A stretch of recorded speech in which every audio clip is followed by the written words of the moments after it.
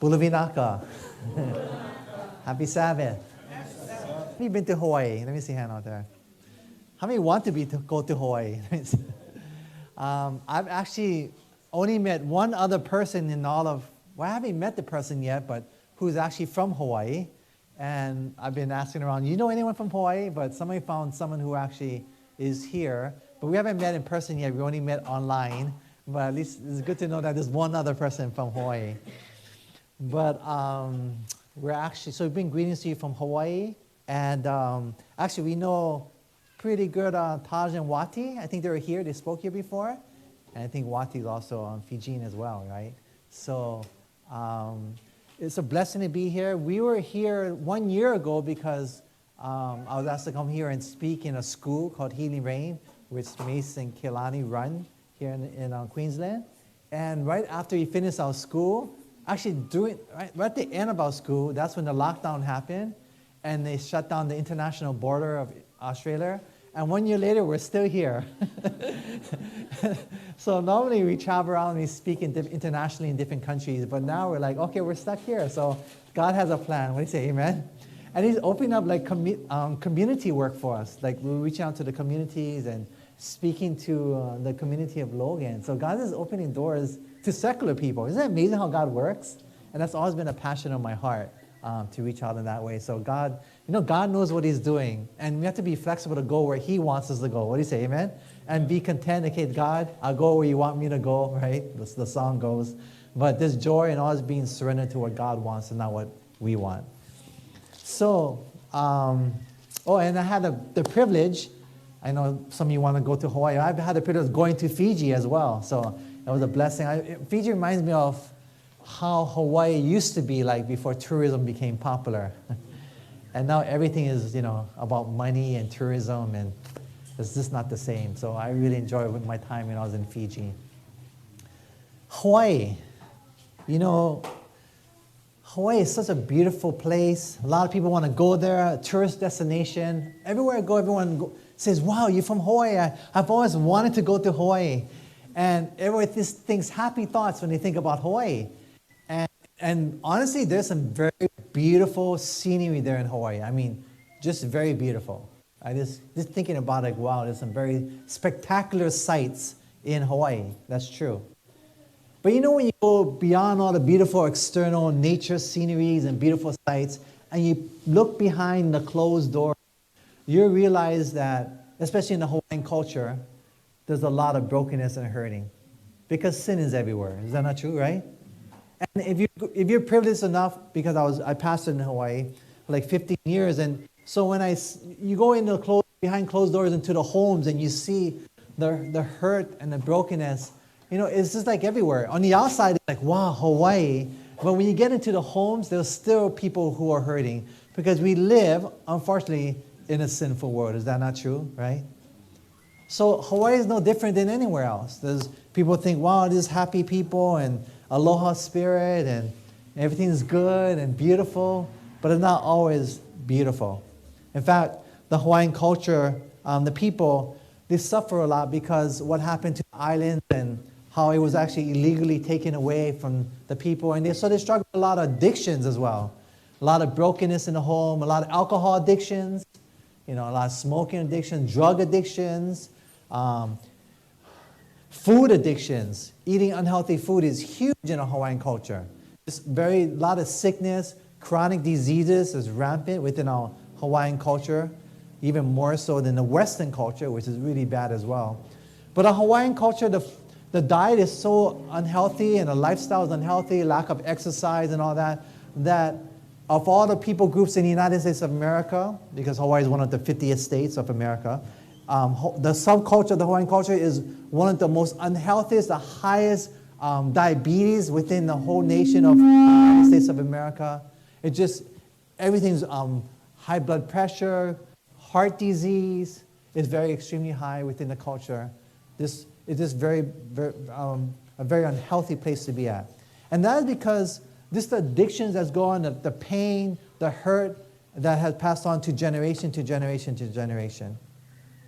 Now, people think, well, how do I deal with this this pain that I have in my life or in my family's life, maybe we've gone through divorce, maybe there's brokenness, maybe there's abuse growing up, domestic violence, or maybe physical abuse of being hurt when you're growing up. Maybe there's the verbal abuse or emotional abuse that goes on. You know, you're good for nothing, or you're never going to amount to anything, or why can't you be like so-and-so when you grow up? I mean, just the different type of abuses that happen within the culture. But how do you know if you have an unhealed pain in your life? Well, and you have addictions. Well, the same thing is true when someone has a headache. So when someone has a headache, or you've had a headache, what do you normally do when you have a headache? What do people take? They take what? Tylenol, Excedrin, right? Aspirin, whatever it is. And what does that do? Relieves the pain, right? Takes away the pain. So that's the physical realm, right? So when someone has emotional pain or hurt within their life, they're going through a divorce or brokenness, or maybe their children don't want to talk to them anymore, or maybe now they don't have a good relationship with their parents, or maybe things are bad in the home. When someone has that kind of pain in their life, what do they normally do? They take some kind of addiction. That's what addiction is. They take some kind of thing to do to numb their pain, the emotional pain. And that's why, like alcohol addiction, right?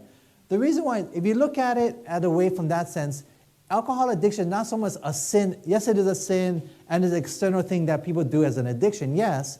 But the root cause, the real meaning behind the addiction of alcohol is because there's some kind of pain that people, you ever heard this say, when somebody drinks alcohol, they're drowning out their what? Sorrows, right? So the alcohol is there to numb the pain. So in the same way, when you take something for the headache that numbs the pain right in the headache, does that really solve the problem of the headache? Because what that aspirin does, it just numbs the pain receptors in your brain so you don't feel the headache. But that headache is actually there, but it's numb.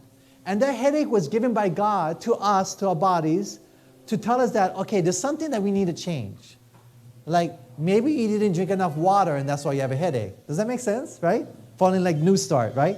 Or maybe you didn't get enough sleep the night before. You broke new start laws. Does that make sense?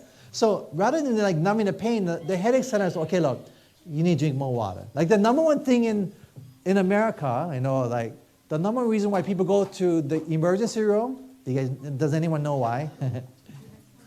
Dehydration. Did you guys know that? Dehydration. The number one reason for emergency room visits is not enough water. They haven't drunk enough water. So that headache is telling you something's wrong, or maybe there is a tumor. But it's a warning sign to tell you there's a root cause. You have to look at it. Not to take a pill, because you know taking a pill is so easy, isn't it? Right? You take a pill, you numb it down, and then you don't have to do anything else. That's the solution, a quick fix today. But God has given us even like the health message, right? It's so much easier to take a pill than to change our lifestyle. Is that not true, right? But God's way is that let's go to the root cause. Let's change our lifestyle. Let's change our diet, what we eat, right? Let's change in what we exercise, right? New start, nutrition, exercise, water, sunlight, temperance, air, rest, trust in God, right? These are the principles. Rather than, it's so much easier to take one tiny little pill and that's it. Okay, I'm good. But that is not a solution. That is only numbing the receptors, the pain. So we do that in an emotional realm, and God wants us to try something different. He wants us to find the root cause and experience healing. So turn me to Genesis chapter 1, verse 27, and we're going to get into our study. Genesis chapter 1, verse 27 is our opening text. And what were we created in? And before we open God's Word, as we read off our introduction, let's start with a word of prayer. Let's pray. Father, thank you for your Word, and we pray as your Word is open, you help us to understand, and you speak to our hearts. We ask in Jesus' name, amen. Genesis chapter 1, verse 27. What were we created in? The Bible says, so God created man in his own image. In the image of God, he created him. Male and female, he created them. So we are created in the image of who? Who? God. And who is God? Or what is God? 1 John chapter 4, verse 8 is what God is what? Love. So we were created in the image of God, or in the image of love. So we're an exact duplication, replication, exact image, or exact picture of love. That's what we originally were created for. So we were all created like the Godhead, yeah? Father loves the Son, right? And so there's that love back and forth. And the same way, we were all created with a desire to love and to be loved. Is that not true, right? And so that's what we're all created for that. And we're all created for that attachment, that connection. Isn't the 10 Commandments all about connection and relationships?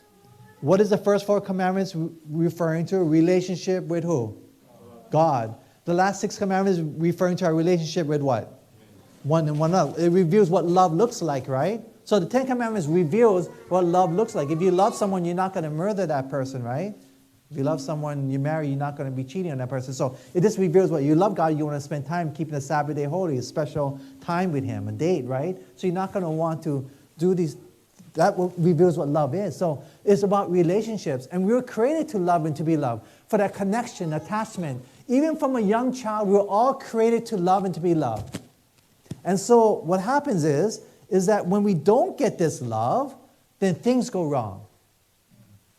And there's a study they did where they had these babies and they actually did everything possible for these babies to live. They fed these babies what they need to eat. They actually changed their clothing, the diapers. They actually put a roof over their head, put like nice warm blankets. But they decided that in this experiment, and it was a while ago, a long time ago, but they decided not to give any love to these babies. No attachment, no connection, no love. Do you know what happened to these babies? Most of these babies, though they had all the physical necessities to live, of eating and everything, most of these babies died. Not because they didn't have any food, they had the food. Not because they didn't have any shelter and they're too cold and they died because of that. No, they had everything. They're warm, they're well fed, they're taken care of, they're changed the diapers. But what killed these babies was not those things. What killed these babies because they did not have love, attachment, connection. Now, in your mind, everyone here has a picture of what love is, or we think we know what love is. Right? In our minds. But if we were asked everyone in this room, you probably will get a different definition of what love is from every single person. It's almost like everyone here has a different definition because there's so many ideas of what love is out there, right? And your picture of what you think love is was formed in your mind by how you were raised, pretty much. So, and that's why what we think many times is love by how our parents raise us is not really the true higher love that God's talking about that we need to survive. Does that make sense? So, it's only God's higher love that actually will help us. Look at this quotation. It's a quotation from the Spirit of Prophecy from Ministry of Healing, page 375 to 376. And I think they're putting it on Facebook. I think they're going to put this handout of quotations from the Spirit of Prophecy online there as well. So you can check on the Facebook page, I think it is. It says, great is the honor and the responsibility placed upon fathers and mothers in that they are to stand in the place of God to their children. So parents stand in the place of God to their children. That's pretty heavy responsibility, right? Like you're actually God in a place. By teaching a child to love and trust and obey them, the parents, they're teaching the child, him, to love, trust, and obey his Father in heaven. So, it's saying here that when we teach our children to trust us, they're going to learn to trust God. If we teach our children to love us, they're going to learn to love God. Right? If they teach their children to obey us, they're going to obey God. Does that make sense? Right? The connection. Because they're saying, 1-year-old, 2-year-old, 5-year-old, then they have to learn from someone. They're learning from you. Great is the responsibility.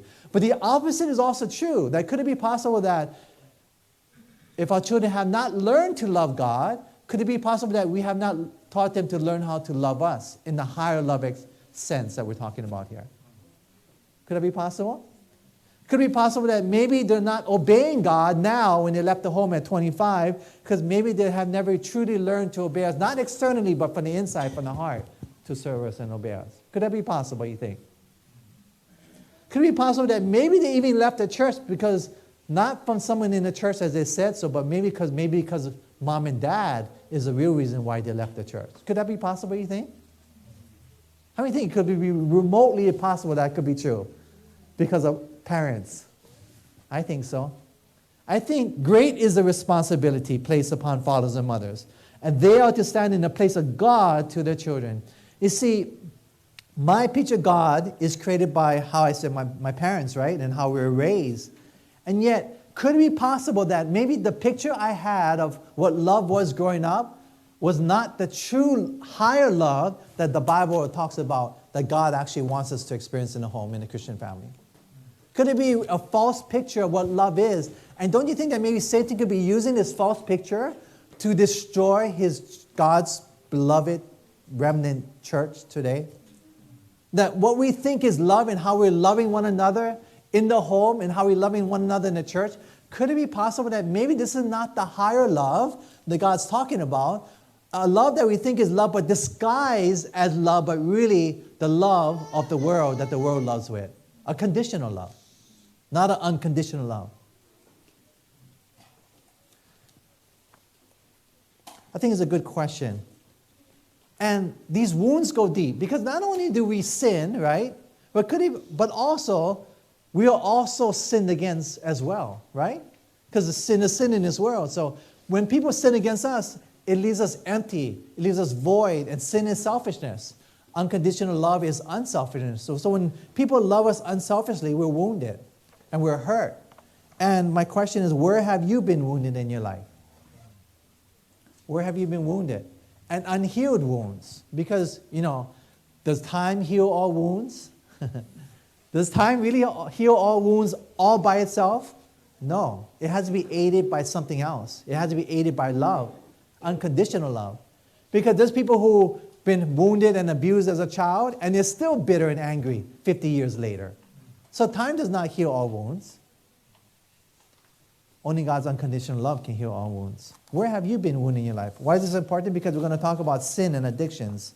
So let's go to the start, Genesis chapter 3, verse 1. We're going to stay here in Genesis, look at a few verses this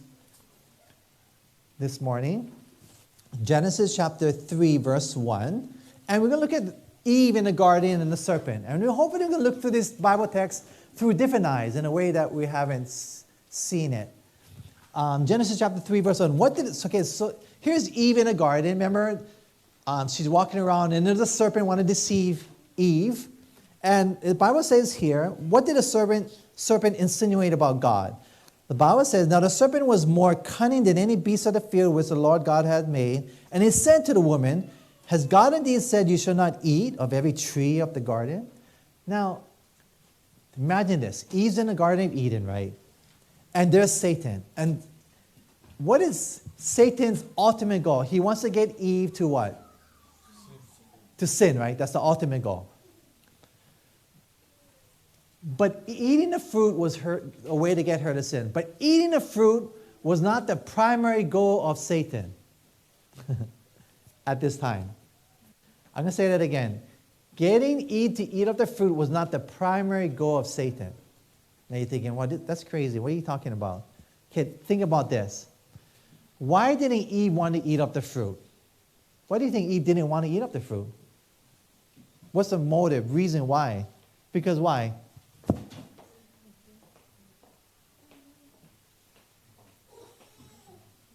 She loved God, right? Did Eve love God? If you love me, keep my commandments, right? She loved God. And because she loved God, she wasn't going to eat of the fruit.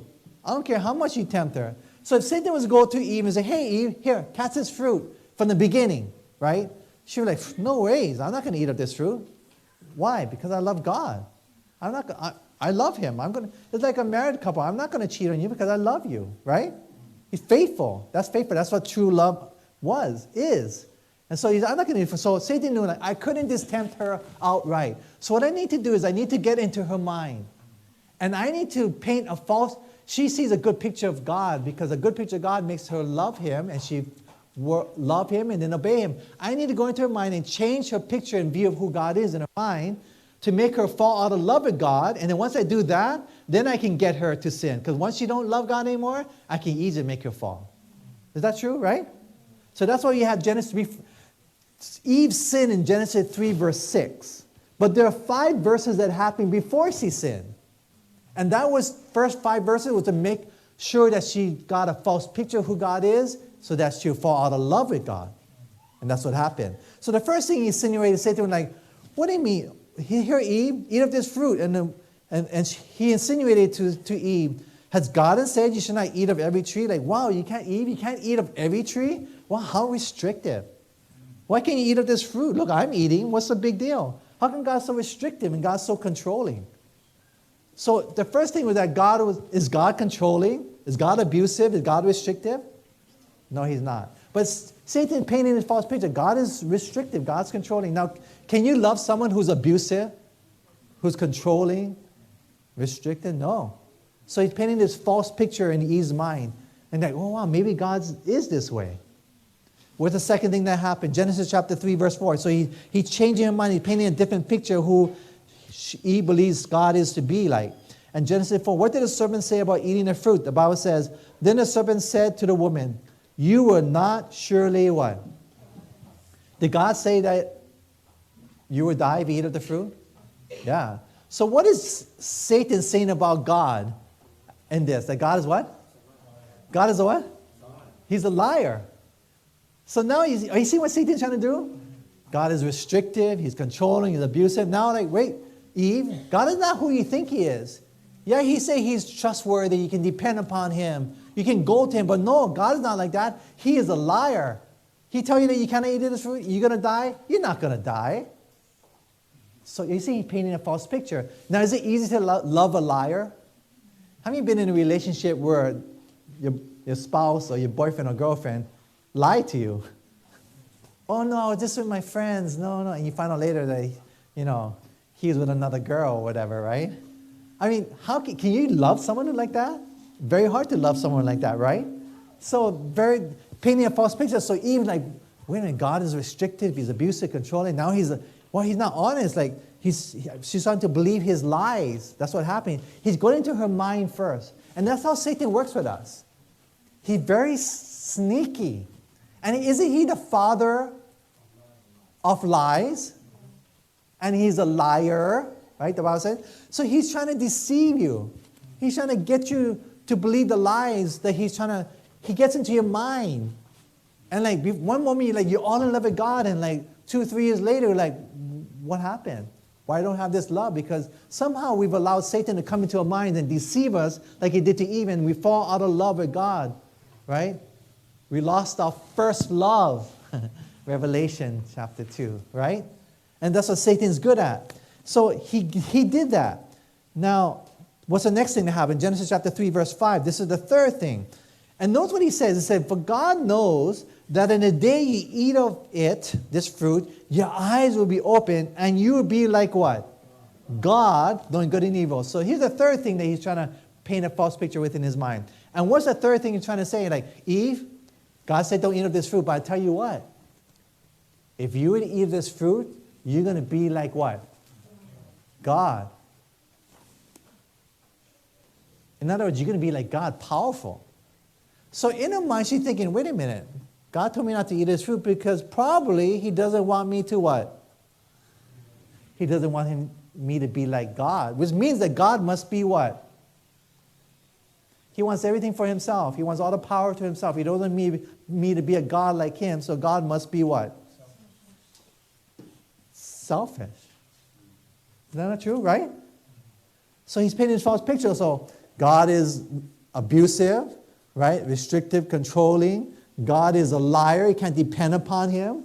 God is now selfish. Is it easy to love someone who's selfish? You do something, you're always giving to them. They always want to take advantage of you, use you. Is it easy to love someone like that? No. So Eve in her mind, she's starting to believe these lies about Satan. The father of lies. From the beginning, he was a liar and the father of it. And she started to believe these lies from the beginning. And in her mind started to change. Whoa, different. And so, and Satan's goal was being accomplished. Is it? And it was actually what he wanted. And so she started out of love in Genesis chapter 3, verse 1 to 5, believing these lies of Satan. And so that's what she started to feel like, wait a minute. This whole time God was lying to me. And remember I told you that we need to feel loved. She felt there was no connection, attachment, or love by God anymore. So she felt empty. And then she felt so that she was hurt, like, wow, God has done all these things to me. Now, was it true that God is a liar? Is it true that God is a liar? No, it's not true. Is it true that God is abusive and controlling? Not true. Is it true that God is selfish? It's not true, right? But even though things are not true, could it be possible that we can believe things that are not true about who God is? Is that possible? Isn't that the whole great controversy? The whole great controversy between Christ and Satan, right? Is that the whole controversy of who God really is, right? His character of who he is, his character of love. So that is the controversy that happened within her mind. And you know what? Satan does the same thing to us. He comes to us and he paints a false picture. And this false picture may not even be, we may say, okay, God is love, God is love, God is love. But what does that love look like? How does that love look like to you and me? Because you may say God is love and I may say God is love. But I've had people tell me God is love and I say God is love. But when I talk to them, their picture of God is not the picture of God that I have. Their picture of God is very a misunderstood definition coming from the Old Testament. That God is vengeful. That God is going to destroy you and God is out and angry you out there to destroy you and kill you. That's their picture of God. Are you seeing what I'm saying? So a picture of God, your picture of God can be totally different than my picture of God. And so she felt empty and she felt unloved and hurt because of all these things. And so now in verse 6, the Bible says, so now, after all these things happened, it says, when the woman saw that the tree was good for food, and it was pleasant to the eyes, and a tree desirable to make one wise, she took of its fruit and ate. Before this time, before verse 6, before even all of verse 1, she never saw that the tree was good for food. She never saw that. It was never desirable, never pleasant to the eyes. But now that, see what Satan did?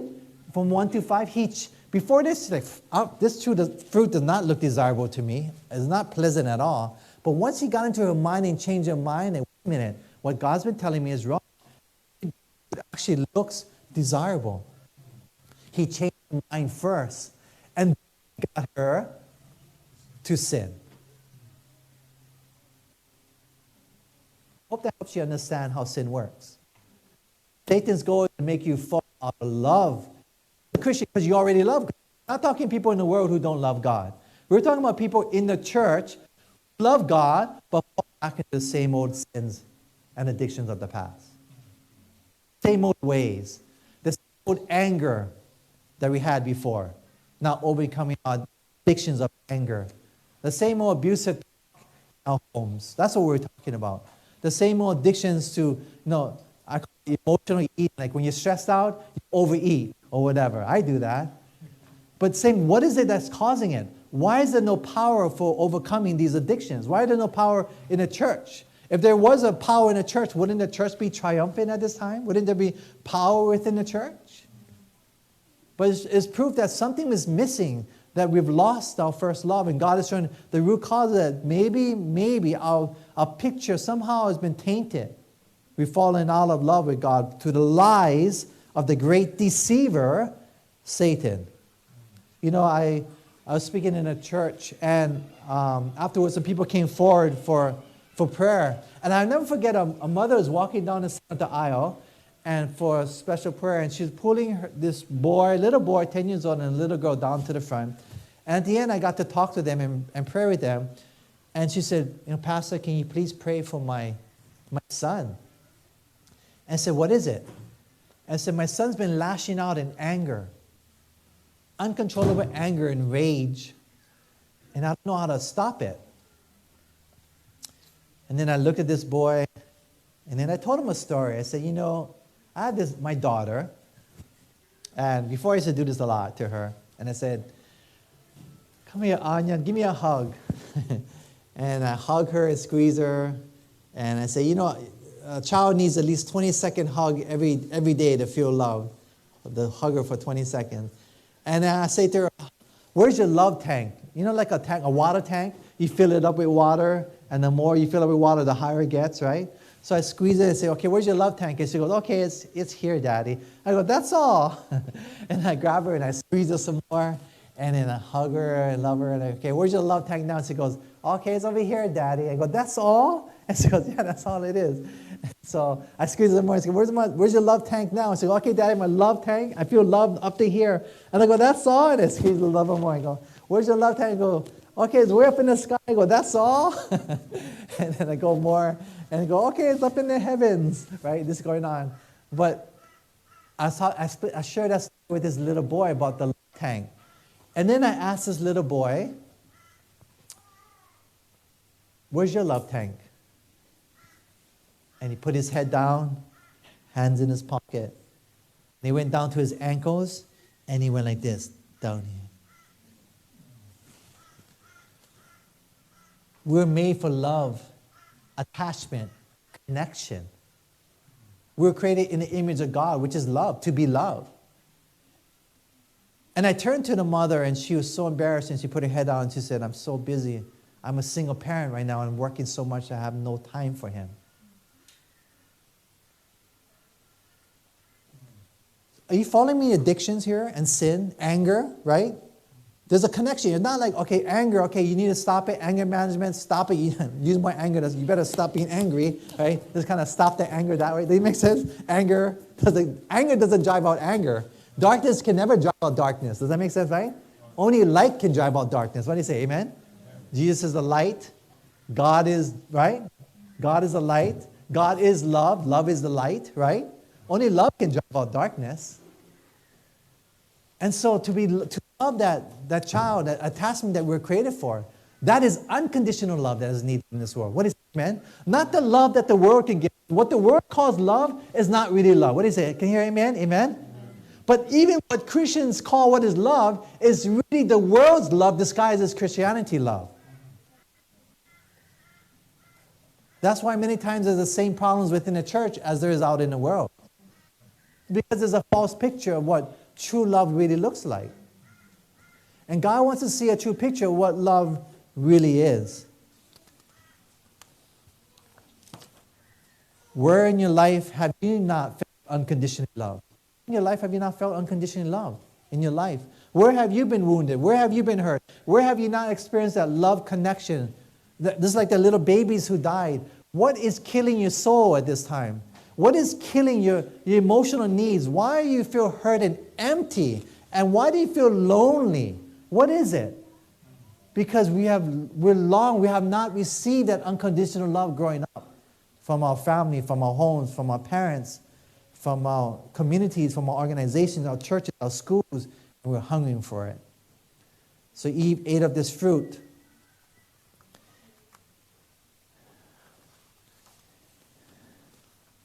That's addictions. That's how addictions work. Sin works. The root cause of sin and addictions is that we have not experienced that unconditional love. We're hurt and wounded because we have not received it. And like alcohol, we numb up, we take drugs. But there's not only regular drugs, but there's something called behavior drugs and socially acceptable drugs, behavior drugs. Example, food. The first addiction was food, right? Eve was hurt by not being unconditionally loved, and she ate of the fruit because she felt it was pleasurable to her. It was actually going to make her feel good. It looked good to her, and she ate of it because she knew that by doing this, it was going to make her feel better from the pain that she's experiencing from the lie, believing the lies of Satan that God wasn't love. And so she numbed her pain. And don't we many times do that as well? I believe in a health message. And, I've been plant-based vegan for, 25 plus years. And, it just totally transformed my life. But you know what? You can even be a plant-based vegan following the health message of the original diet back in Eden, right? and still be addicted to food. Is that not true, right? Because is not sugar vegan, right? But yet it's very unhealthy, right? And yet a lot of people in the mental health institutions are addicted to sugar. And yet we can do these things. Isn't that overeating an addiction as well, right? And so here I'm like, if I'm stressed, you ever heard of like comfort food or stress eating? You're stressed out and you start eating, right? Chocolate or whatever, right? To kind of like make you feel better because it was a stressful day at work. Isn't that also an addiction? Because somehow it's emotionally, you see the emotional connection to the physical eating that I'm talking about? Donuts, yeah? You know, Hawaiians, we really love our food in Hawaii. I don't know, but I think it's all islanders are like that. Like, when I go to like weddings in California, like in the mainland, like the big thing is the ceremony is huge, like tens of thousands of dollars on the ceremony. And when you come to like the reception with the food part, you have like this crackers and cheese and right? And they tell you like there's gonna be lots of food and tons of food. And I'm like, oh great, because I do this in Hawaii, like I don't eat all day. So when they tell me like there's tons of food, I'm like, okay, great. And I go to like, there's crackers and cheese. And they told me they had tons of food, some potato chips on the side and stuff. But you go like to a Hawaiian wedding, the actual wedding, you know, is outside. Very low cost, close family and friends. But when the reception comes, everybody and the friend and the grandma is there. I mean, everyone comes out. People not even on the wedding list. They're all there because they know that's where the food is. Does that make? Am I connecting with you guys? Amen, amen. But that's just how it is in Hawaii. And like, so it's opposite. So food is huge. Everything revolves around food. I mean, we're always going to have food. That's just how it is. But food can become a drug. And I realized this when I was meeting with someone and I was talking with this young lady. And she said to me, Pastor, when I was young and I was very fit. I was an athlete. I was always training and working on and doing very well, and I did very good. But all of a sudden, when I was 22 years old, a memory came back into my mind that I had forgotten about. And unfortunately, what happened was that when I was younger, I was sexually abused by my uncle. And the moment this memory came back, before I was physically in shape, I started to gain weight and eat and eat and eat. And I just have this big weight and I have not been able to take the weight off. And I've been going to these medical missionary training schools to change my diet and very strict and regimented, but I still can't do it. I can't overcome. Do you see the connection between the emotions and the physical? Did not Jesus also see the same, right? The hearts are failing them for what? Fear. People get heart attacks because they have the physical heart attacks because the mental has fear. The emotion, negative emotions is connected. So you see that? The mind affects the body affects the mind, right? Even Jesus, when he's healing people, was he not doing that to people when he's healing people? He would say, when someone was paralyzed, many times he would say, yes, he would say, rise up and walk, but many times he would say, your what? Your faith or your sins, what? Be forgiven you, right? Rise up and walk. Because he knew that what caused, that's why Ellen White says 95%, right? 9/10, he said 9/10, 90%. 9/10 of illnesses had this foundation in the what? Mind. Negative emotions affects the physical body, right? Isn't that true, right? Jesus understood that. What sins did this person have that made him crippled? What? It was the sin of being bitter. It was the sin of being angry. The sin of not unforgiveness, not forgiving someone, holding in that anger within the body, right? Do you know that anger that you hold for unforgiveness kills you more than the person you're hating? That person may not even know that you even hate them. Right? And yet that kills you. The anger, the resentment, that bitterness inside. And Jesus knew that sin that you're holding on to, the very thing that's crippling you, not only emotionally and spiritually, but even physically as well. Why do we have these physical sicknesses and ailments? Because there's unhealed negative emotions in the mind. Jesus understood this. He taught this. The spirit of prophecy, and White teaches this. She taught this. You cannot separate the mind from the body. Ministry of Healing, if you read that book, you cannot separate the body from the mind from the body. It works together. The negative emotions is affected by our physical. So this woman was stuck because she couldn't, and that's why it's even a proven scientific fact that many people who've been abused, especially sexually as a child, they struggle with eating and being overweight when they become older as well. So we're talking about healing. We're talking about root cause, because if we were just say we're addicted to alcohol, and say I quit, and help people, you need to quit. You keep them accountable and you make them quit. And by sheer willpower and force of the will, they stop. Without no healing, okay? What's going to happen to that addiction? It's going to come back, right? Without going to the root cause. It's going to come back. It may not come back through alcohol again. It probably will, but it can go down as alcohol, but it may come back through food addictions. Right? Does that make sense? Especially as a Christian, socially acceptable. Just so they get baptized and they come back, they have other addictions. Or anger addiction at home where no one knows about. So you have these food addictions. And then I call it, and socially acceptable because I'm vegan, but I can never eat. That's this kind of addiction that's wrong. And then you have the work drug. And I see this happening a lot today. People, when they feel like home is not a place they want to come home to, they turn to working because, at home, like, oh man, you go to work and you put a lot of time there, you do a good job. People go, wow, man, Keala, that's a good job. Good job, Rob. And like, well, you feel good about yourself, and you go to work again, work more, and you improve. People are like, oh, wow, you're really good. You're a very good mechanic. Good job. But when you go home, your child ignores you, and your spouse is like, all the time, you better take out that trash, right? But you see the difference between what, and then say, wow, where do you want to go to? You'd rather be at work where the addiction, right, is where you're at, and you're good at that, and you're going to get praised for it rather than life. So to the work for the addiction, to know the pain, because if they can keep themselves busy, they don't have to think about all the pain that they've gone through in their lives. Then the shopping drug, the first choice, the first addiction for women was food. Women struggle with food addictions. But you know what? Because society wants to make them, looks upon them, they got to be whatever, size 0 or whatever. And then because of that, they turn to another addiction as a choice, is the shopping drug.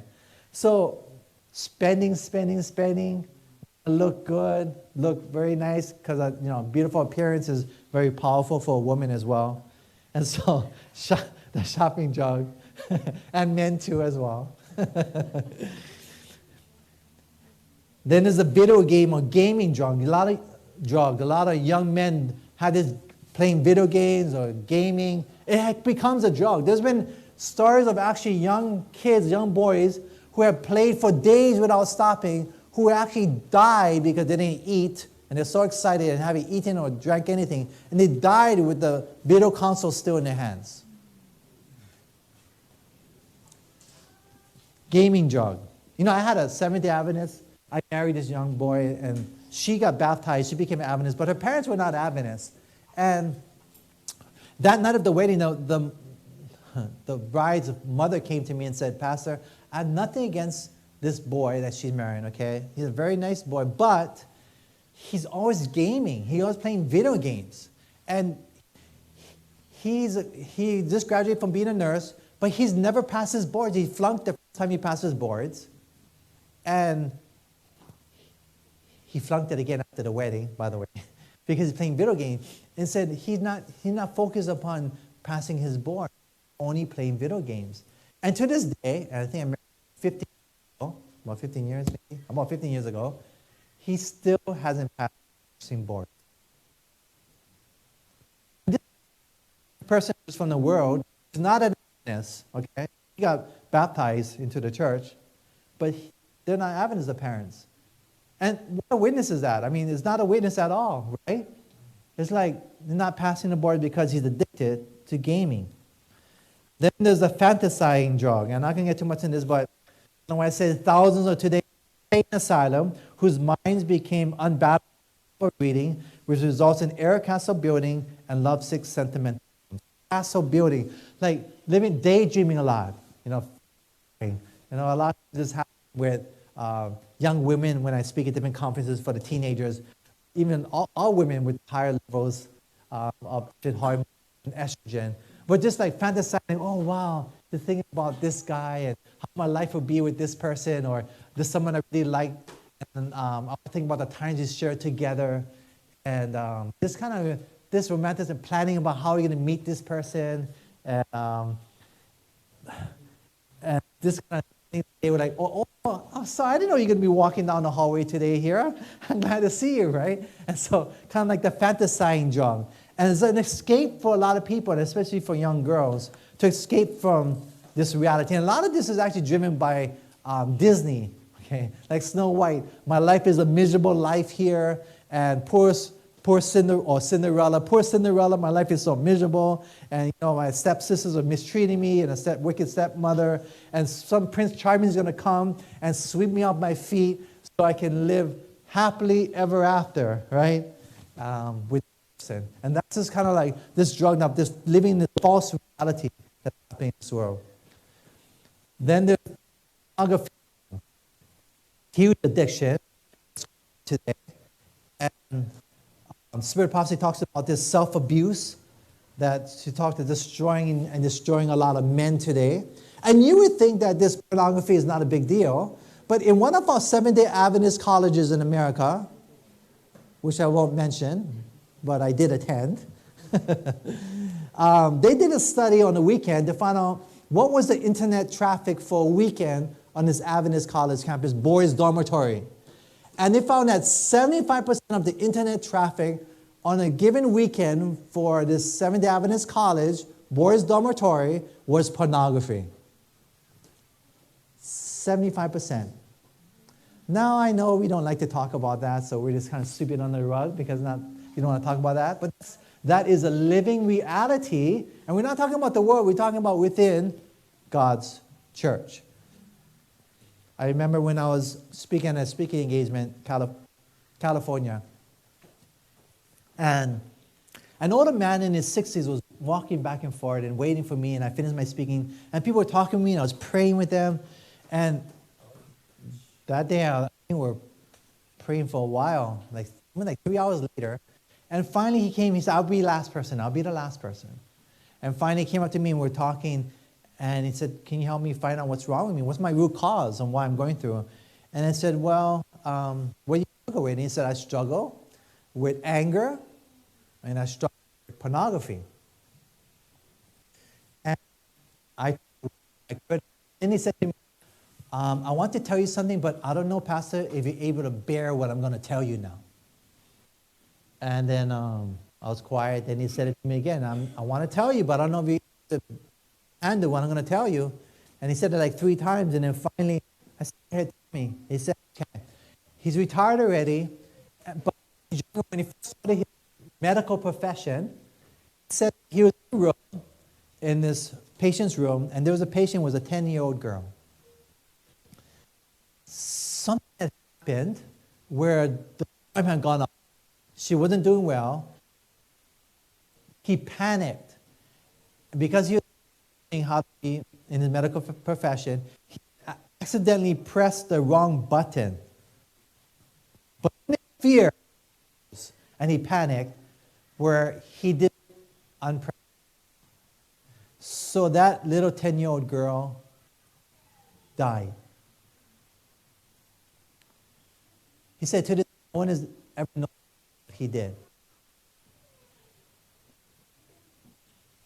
Can you imagine living your whole career in medical profession for 40 years with that guilt, that shame, that burden you're carrying, no one knows about? And yet that pain, and you know what, are you following me? That pain he has, right? So what is he going to do? If he doesn't experience healing, he's going to what? He's going to numb his pain. And what do you think? How do you think he numbed his pain? With anger, pornography. Does that make sense to you folks? So we're talking root causes here. We're not just talking about, okay, alcohol, stop. No, okay, what is the root cause? What's causing your pain that you want to drink alcohol? Let's hear both. You got to hear the stop the alcohol? Yes, we'll help you with that. But that's what we do at our school in Healing Rain with Mace here in Australia, and we have a Healing Rain in the United States. We do it the same thing. What's your root cause? We deal with not only the stop the alcohol addictions, yes, we stop the caffeine addictions, the smoking addiction, we do drug addiction, we stop them there, yes. But what's the root cause? What's the pain here to help heal your pain? Does that make sense? That's God's way.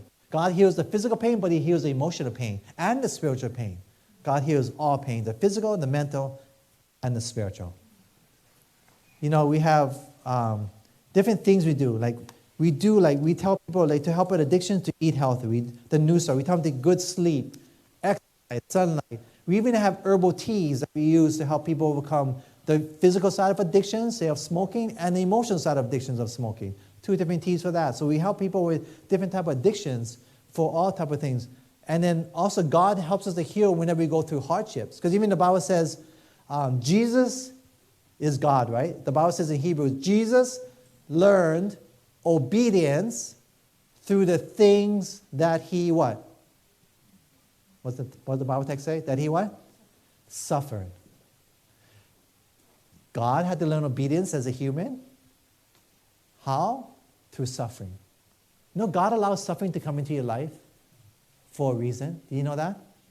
To gain the victory over sin. Did you know that? To be obedient to him. To gain the victory over addictions. That's how God gave me the victory over many things in my life, including pornography. God has given me the victory because, and many times we like to play God and don't let this person suffer. But many times that very suffering is the very means that will bring healing and victory over addiction and sin in their life. You believe that? Let me say amen. Amen? What is the solution? Genesis chapter 3, 15. Notice this here. Genesis 3, verse 15, the Bible says, solution, God came down, found out Adam and Eve, what they'd done, they sinned. And here's the solution. He said, and he told Satan, I'm going to put a barrier, enmity, a barrier between you, Satan, and the woman, and between your seed and her seed. And this barrier, he's going to bruise your head, or crush your head, Satan, and you're going to bruise his heel. So in other words, on the Calvary, this is what God said Jesus is going to do. The serpent is Satan, right? And the serpent stings with his bite, and his serpent stings with his sin. So on the cross, Satan, you're going to bruise his heel. You're going to bite him, and you're going to bruise. Did that happen where the sins of all the world was placed upon Christ on the cross? Bite of killed Jesus. Death not hold Jesus, right? He was dead. But on the cross, crushed the head of the serpent, right? Now, what's in a person's head, the frontal lobe? Their what? Ability to think, right? The thoughts and the feelings. So what a person thinks, so the thoughts of Satan is crushed on the cross, or the thoughts or the beliefs of Satan, or the lies of Satan that Satan believes in his thoughts and what he believes was destroyed on the cross of Calvary. Because remember on the cross of Calvary, right? Satan was saying, before that, in Eve, in the Garden of Eden, Satan was saying that God is restrictive and abusive. Cross that shows that God is not restrictive and abusive. He grants you the choose, but through his love. On the cross, Garden of Eden, Satan was saying about God that God was can't be depended upon. But on the cross, it showed that God is not a liar. He's something you can depend on. You can trust him even to the point of his very own death to make sure that his word is true, that he loves you so much. He's a refuge. You can trust and depend upon him. He's there for you. Destroy that lie of Satan. The last lie was that in the Garden of Eden, Satan had said, God, he's selfish. He thinks of himself. But on the cross of Calvary, Jesus destroyed and crushed the head of Satan. The lie of Satan. God is not selfish. But God is unselfish. That he is so unselfish that he would give up his life unselfishly for you so that you could live. So the cross proved that all of Satan's lies were false and they're wrong. And it showed that, wait a minute, there's a God who loves you unconditionally. What do you say? So the solution for sin, the solution for addictions is unconditional love. What do you say? Amen? That's why Ellen White says, listen to this quotation. I'm going to read it several times so we get it in our minds.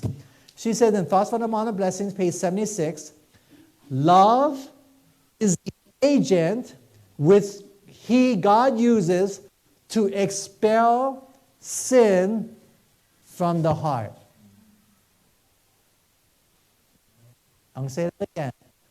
Love is the agent which God uses to expel sin from the heart. So my question is, can you expel sin from your heart without God's love? According to this quotation in the Bible, you cannot. But yet many of us, okay, God says it, I'm just going to do it. Regardless if I love God or not. Not true. Love is the only. You're struggling with addiction, you're struggling with sin, and you keep doing the same sin over and over again, which is insanity, right? You're doing the same addictions over and over again, is somehow we're missing out on the love, the solution. Right? Is that not true? According to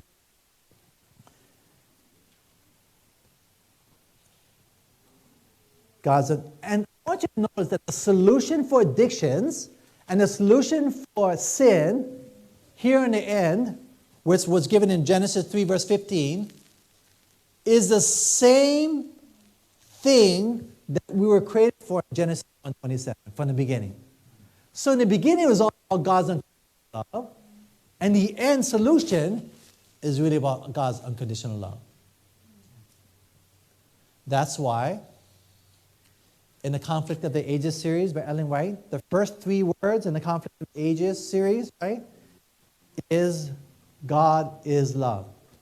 And then the 5th book of the Conflict of the Ages series, which is the Great Controversy, the last 3 words of the Great Controversy, of the 5th book of the Conflict of the Ages series is God is love. What do you say? Amen? Love is the power. And then now, where do you find this love? Definition of Healing, page 423. Revelation of God's love to man centers the cross.